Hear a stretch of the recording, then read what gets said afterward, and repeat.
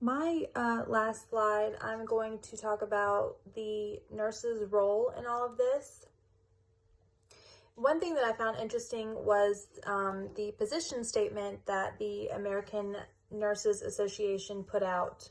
And they actually prohibit nurses'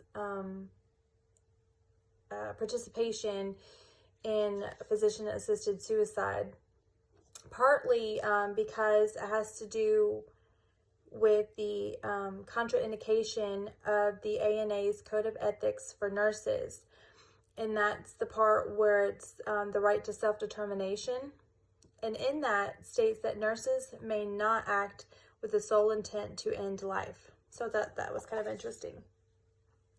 So the nurses' roles are going to be more for education and supportive purposes.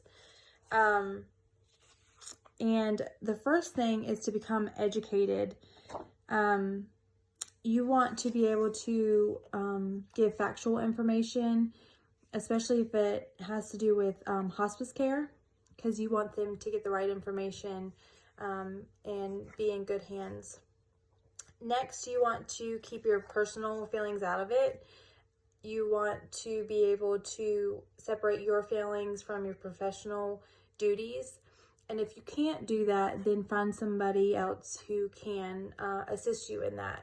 Because the last thing you want to do is to come across as judgmental. Next, you want to keep the communication open at all times. You never want to feel like you're being judgmental or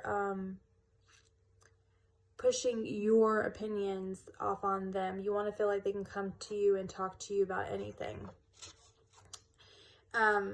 Next, you want to learn how to have difficult conversations.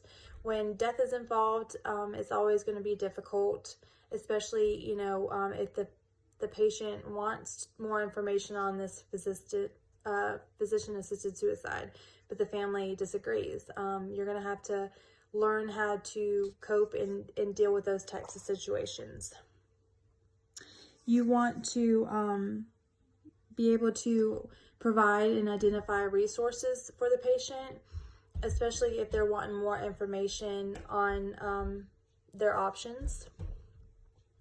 You want to ensure the patient and the family that no matter what decision that they make, just because they stop aggressive treatment doesn't mean that all treatment stops. You're still there for support, and so you don't want them to feel that their care is going to be dependent on some of the choices that they make. You want to make sure that you're informed about your legislation initiatives in your state, and make sure you voice and express your opinions and your experiences and your perspectives, because if you feel strongly about something, make sure you make that known. And lastly, request and support your the development of guidelines for end-of-life care, especially hospice and that kind of stuff, because it's very important. That's the palliative care for your patients, and that's their end of the life. That's when they're in the most pain and the most suffering. So just make sure you're looking out for your patient.